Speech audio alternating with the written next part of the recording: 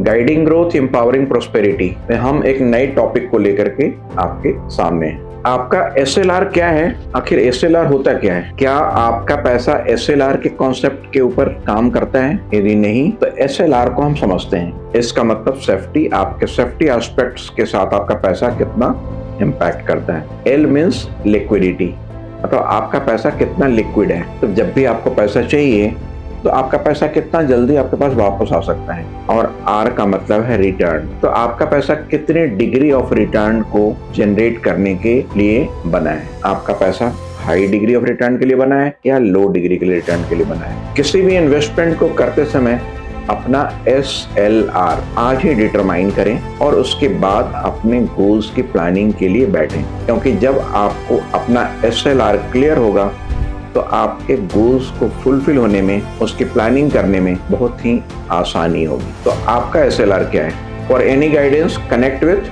Mentor Wealth. Mutual fund investments are subject to market risks. Read all scheme-related documents carefully.